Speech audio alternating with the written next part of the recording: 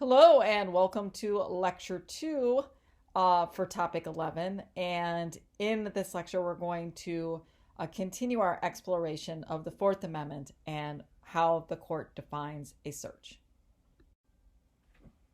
So in this lecture, we're going to be talking about how the Supreme Court has defined what constitutes a search. And you might be asking yourself, why is what a search is? Why does it matter? Why does it matter how the Supreme Court defines what constitutes a search? Well, it matters because the Fourth Amendment applies only to governmental searches and governmental seizures. If a government's action is not considered a search by the court, then the Fourth Amendment is not triggered, so to speak. In other words, it doesn't constrain the actions of law enforcement. So if law enforcement is engaging in some sort of action, but the Supreme Court says that action isn't a search, then the search doesn't need to be reasonable. I mean, there's no constraint on it. The Fourth Amendment does not apply. So it's the Supreme Court, they're the one to define what constitutes a search. As we know, what constitutes speech, what constitutes a religion, what constitutes a search, what constitutes a seizure.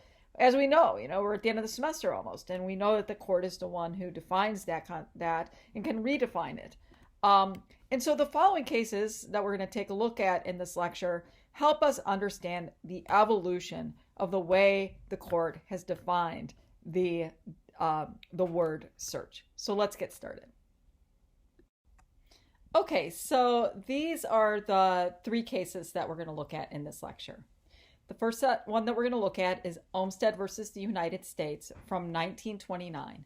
And this is a case that asks the question, is a search only a physical intrusion into a person's home and effects? Okay, so is a search only a physical trespass? Is that the way we define search at the Fourth Amendment? So if no physical intrusion takes place, a search didn't take place, and therefore the Fourth Amendment doesn't apply. That's the question that's raised. Katz versus the United States asks another question. It asks the question about whether or not a search, it can be expanded, the definition of search can be expanded from a physical intrusion into an intrusion into a private place. A private place that isn't a specific physical intrusion. So, as we're going to see in a moment, is a government's intrusion on our conversations that take place on the telephone. Does that constitute a search and therefore triggers the Fourth Amendment?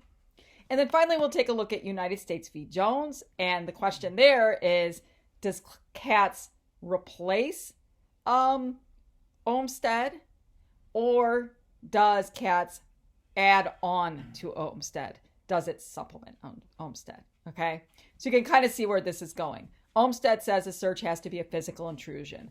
Katz questions that in the late 1960s, saying, wait a second, can't it be an intrusion into a place where there's a reasonable expectation of privacy? And in Katz, it's sort of like, okay, they said that a search is an intrusion onto a reasonable expectation of privacy, but is it also still a physical intrusion as well? Okay, so that's sort of the trajectory that we're looking at. Let's look at the individual cases.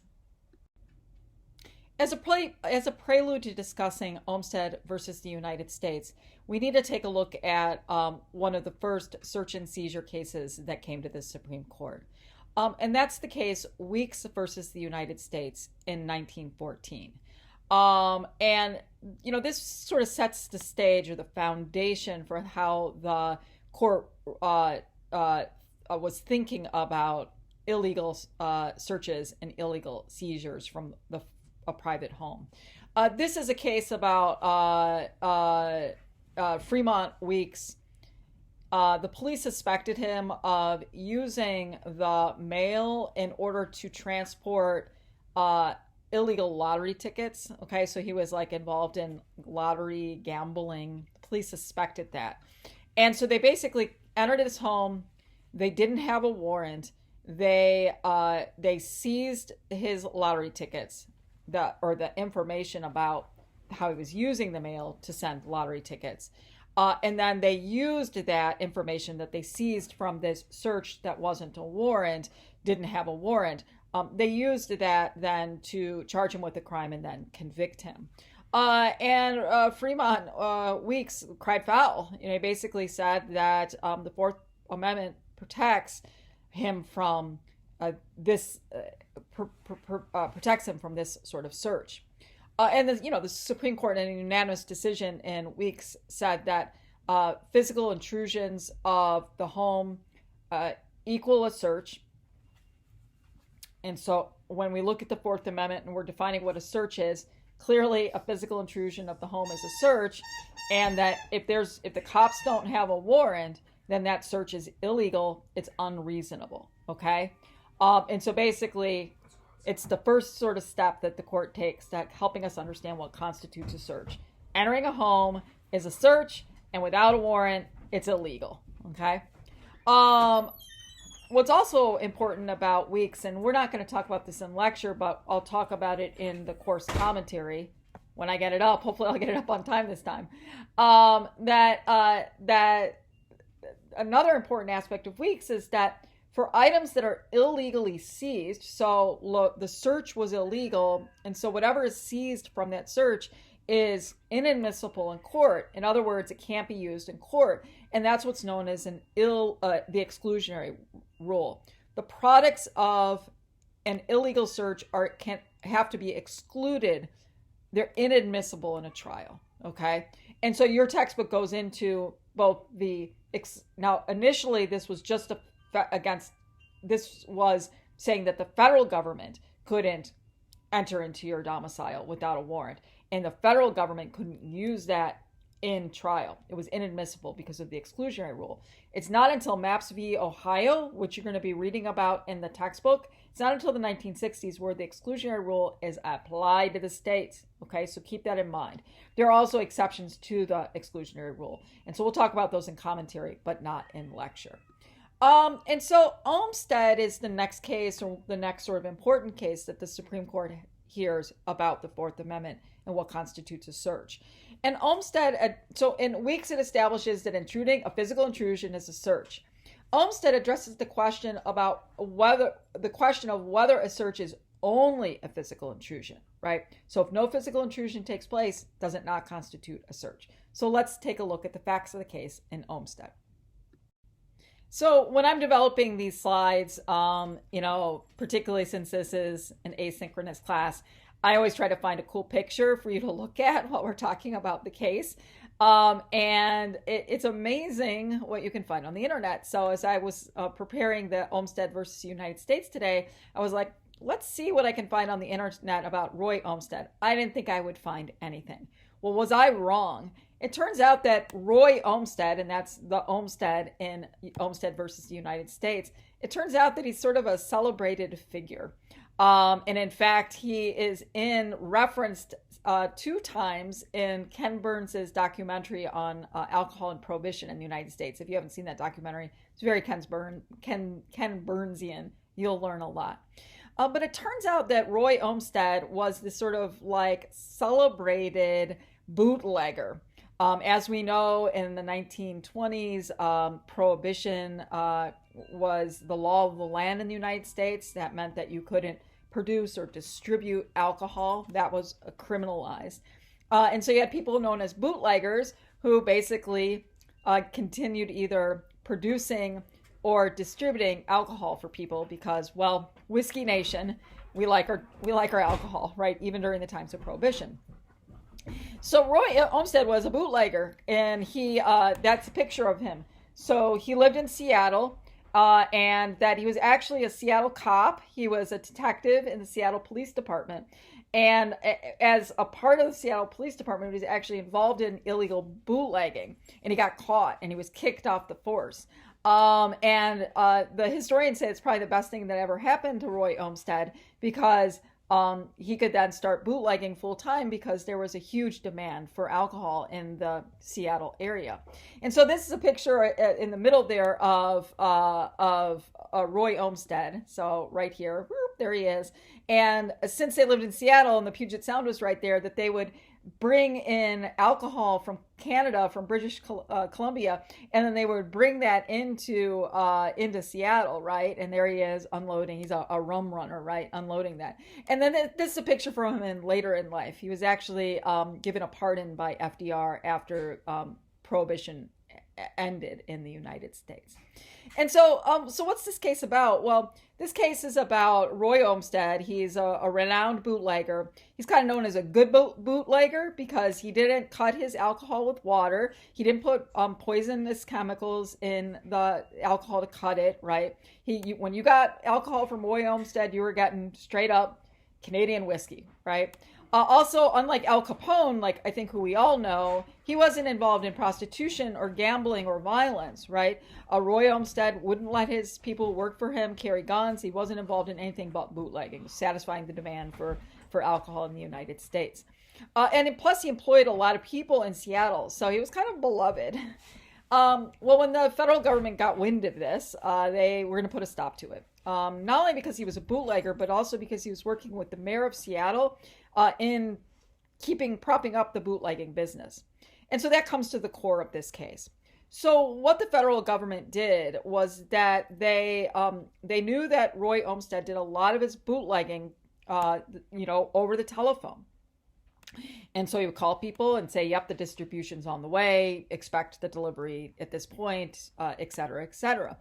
And so the federal government put 2 wiretaps on his phone. One, he had an office building in downtown Seattle, and they went into the basement. It was rented. It wasn't his private property. He was renting. They went into the basement of the office building. They didn't have a warrant.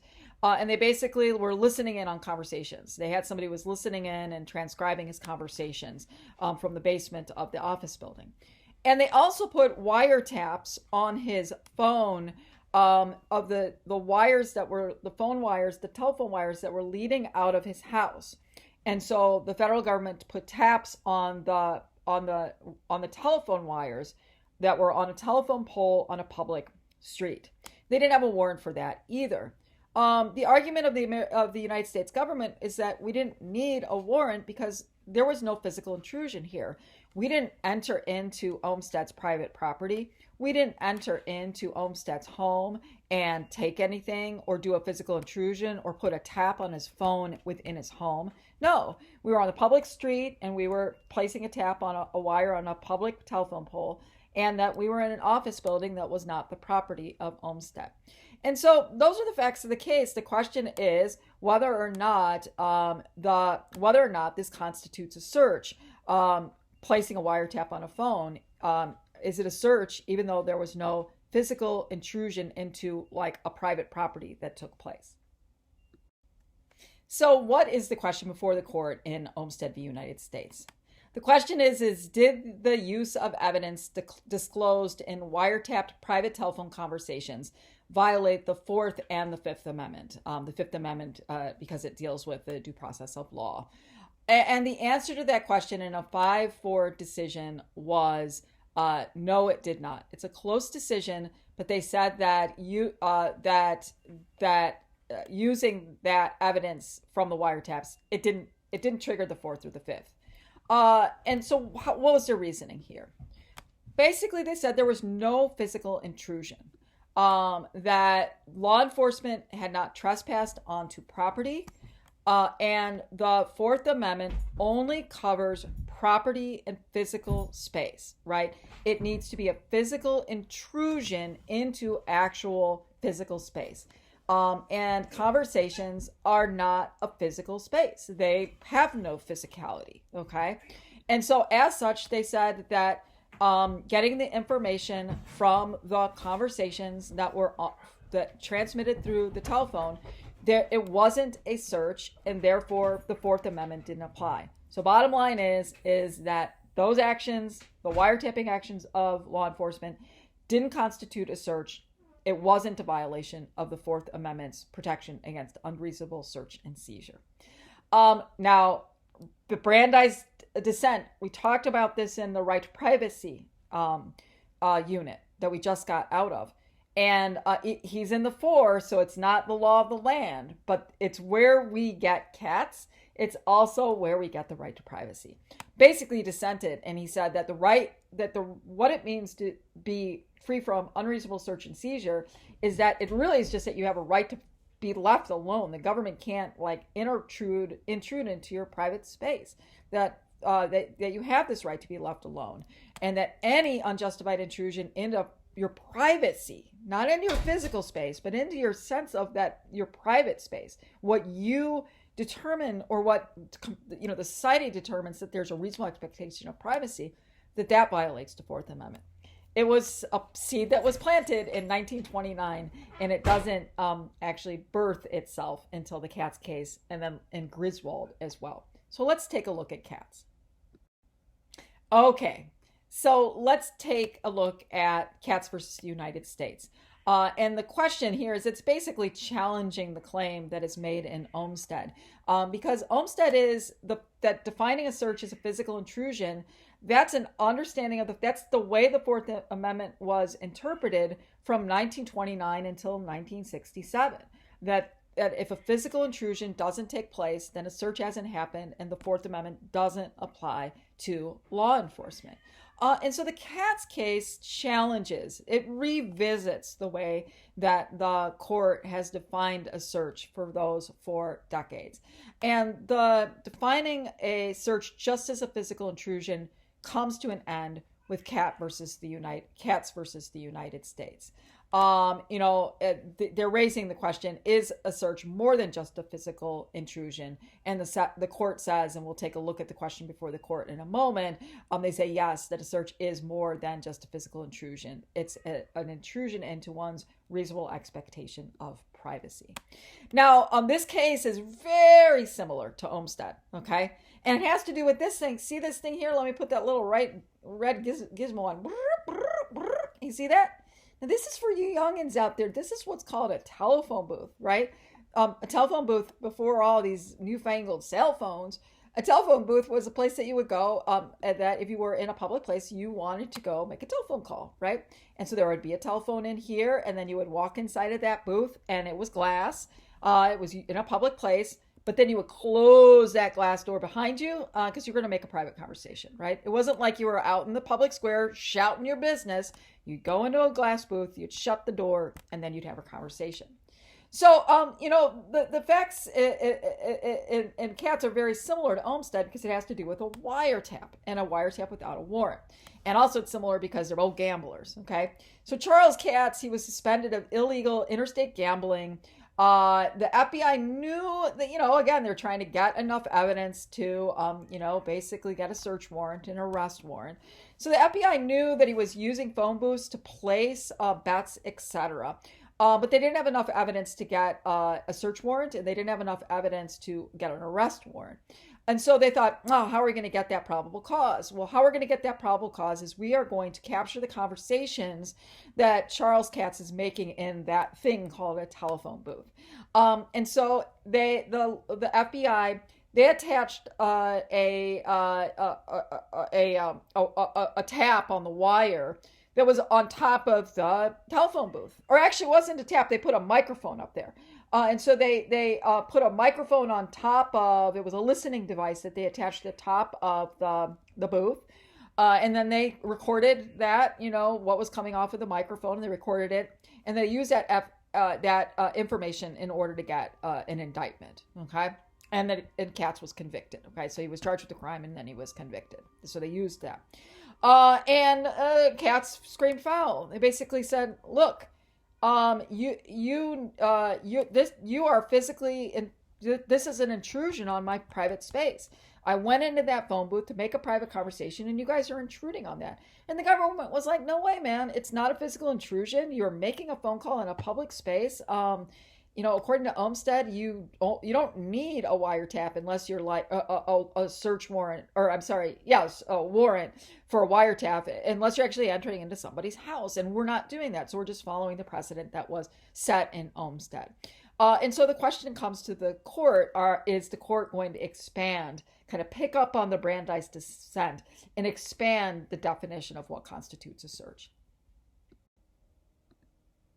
So the question before the court in Katz versus United States is is a person protected by the Fourth Amendment when he seeks to preserve his privacy, even in an area accessible to the public, right? So he's in a public telephone booth, but he closes the door. It's a private area. Does the Fourth Amendment protect that conversation? And in a 7-1 decision, they say, yes, it does, that the Fourth Amendment does preserve one's privacy, even if that private conversation is taking place in an area that's accessible to the public. They said that this was a search and that it triggers the Fourth Amendment. And their reasoning is that the Fourth Amendment protects the person. It doesn't protect the place. And so at Olmstead, it was like the Fourth Amendment applies to places, your private home, the place that you keep your effects, right? Your private effects, your private papers. So that's like they used to think about the Fourth Amendment as just applying to a place, a physical entity. They say, no. The Fourth Amendment protects the person. And it applies to both tangible physical things, but intangible things as well. And that intangible thing in this instance was the intangibility of a conversation. And that the courts changed its standard to say that if it's reasonable to think that the thing you're doing is private, right? If there's a reasonable expectation of privacy, cops need a warrant. And having a conversation in a public telephone booth with the door closed, that's why you close the door, because you don't want people to hear what you're saying. It's reasonable to expect that is a private place. And if the cops want to listen in on that conversation, they need to have a warrant, okay? And so it's reasonable to believe that conversation in the phone booth is private. That's why you close the door. And therefore, cops need a warrant in order to listen in on that conversation. So Katz is an important case because it expands the definition of what a search is. If it is reasonable to think something is private, then an unjustified intrusion into the private realm by government agents is unconstitutional, it's illegal, and it triggers the Fourth Amendment. And this new definition is affirmed in cases that you're going to be either reading directly in the textbook or cases that are referenced in the textbook. And so this, that a search is an intrusion into a reasonable expectation of privacy is reaffirmed in Kylo, which is the case having to do with thermal devices. I'll talk about that in 1 second. And the case that they have the excerpt from is Florida v. Jardines.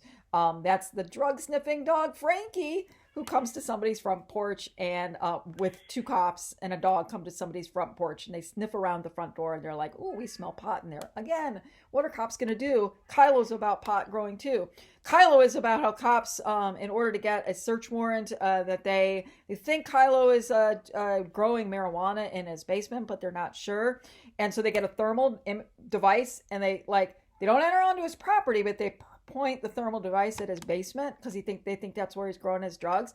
And they're like, oh, his basement's really hot, right? Because grow lights and all of that. And that they are taking the temperature of the other houses and they're like, not as hot, not as hot. So then they use that to get a search warrant. And Scalia writes the decision in Kylo. He writes the decision in Florida v. Jardines as well. I think he writes the decision in Kylo. I know he writes it in Florida v. Jardines. Fact check me on that. But basically sort of saying that, look, that what goes on in your basement and what goes on in your house, there's a reasonable expectation of privacy there, right? And so using thermal devices and drug sniffing dogs to basically look inside your house, like if you had these high-powered binoculars to look inside your house, that violates a reasonable expectation of privacy. And so these are cool cases. Make sure you read the Florida v. Jardines one. There's a lot of funny commentary. Kagan makes reference to poodles. Scalia, makes reference to dog jokes and stuff. So read it, not only just because it's important, but because there's some funny stuff going on in it too, as well. So after Katz, the question sort of still remains for the court. Does Katz replace Olmstead? In other words, is a search an intrusion on a person's reasonable expectation of privacy? And if there isn't an intrusion into one's reasonable expectation of privacy, did a search not take place? So You could say that there's a physical intrusion, but nobody would think that that physical intrusion intruded upon a place of reasonable expectation of privacy. And so does Katz replace Olmstead, or does Katz does it augment Olmstead? So in other words, a search is a physical intrusion, but a search is also an intrusion into one's place of reasonable expectation. You don't have to choose one or the other. It could either be a physical intrusion or it could be an intrusion into one's reasonable expectation of privacy. This question is asked and answered in the Jones case. So let's take a look at that. I will let you read more about this case in the textbook, but let's just talk about the long and the short of it. The long and the short of it is Antoine Jones, that he was an owner of a nightclub, and cops suspected him of being a drug dealer, basically trafficking cocaine in the DC area. And cops, they actually had a warrant to install a GPS tracker device, and that's what this is up here, right there. Whoop, that's what it looked. And here's a picture of a guy like, "Hey, cops put a GPS tracker device on my car." They had a warrant to put one on his car, but the warrant expired. Okay, and they had a warrant to put it on for 10 days. That the warrant expired, but they put it on his car anyways. And that on Antoine Jones' cars anyways. And then they kept the device on there for 28 days, and they basically tracked his movements quite extensively. And then he used the cops used that information, the data that they got from the GPS device. They used that to execute a warrant, and then they found drugs, weapons, cash. I mean, he was a drug dealer. Okay. So Jones was convicted, sentenced to life in prison, etc. You can read about more in the case, in the textbook. But this is a question about whether or not putting a GPS on the undercarriage of somebody's car is actually a search, because there's really no reasonable expectation of privacy that your undercarriage of your car. I mean, cops put tickets on the front of your car. Cops, in my neighborhood, if they'll put a chalk mark on your tire to see whether you've been, parked there long enough, and they'll come back and give you a ticket. And so, there's no reasonable expectation of privacy about your car that's open to the public. So the question is that, do cops even need a warrant in order to put a GPS device on somebody's car? Because there's no reasonable expectation of privacy, or because it's a private car, it's private property, and it's a physical intrusion, Olmstead, does it constitute a search? So let's see what the court says. So what's the question before the court in United States v. Jones? The question before the court is, does placing a GPS tracking device on an individual's vehicle and using data from the device constitute a search and seizure under the Fourth Amendment? And in a unanimous verdict written by Scalia, that yes, it does constitute a search, and it violates the Fourth Amendment without a warrant. Yes, this is a search. It triggers the Fourth. To use a GPS, you need a warrant. And they basically said that the government physically intruded on the car, and the car is private property. A search is a physical intrusion. Just because it's a car doesn't mean it's not private property. And yeah, a search is a non-physical intrusion in one's reasonable expectation of privacy. Katz, Kylo, and then Florida v. Jardine. This case came before that. But a search is also a physical intrusion, even if it's a car. Placing a GPS on a car is a physical intrusion. Therefore, Katz adds to Olmstead. It doesn't replace Olmstead. So while there may not be a reasonable expectation of privacy for the outside of your car, doesn't matter. When cops put a GPS on your car, it's a physical intrusion into your private property, and a physical intrusion is a search, and you need a warrant to do that search. Okay, the fun never stops in this class, because there's so much material in this chapter that there's actually going to be a third lecture. I'll try to make it as brief as possible. So Katz and Jones tells us what constitutes a search: an intrusion, physical and non-physical, into a place where it's reasonable to believe it's a private space. The search triggers the Fourth Amendment. It prohibits unreasonable searches and seizures. So what are we going to look at next class period? In the next lecture, we're going to ask ourselves, what constitutes a reasonable search? Do you need a warrant for a search, or can you do a search without a warrant? So that's in the next lecture. Talk to you soon.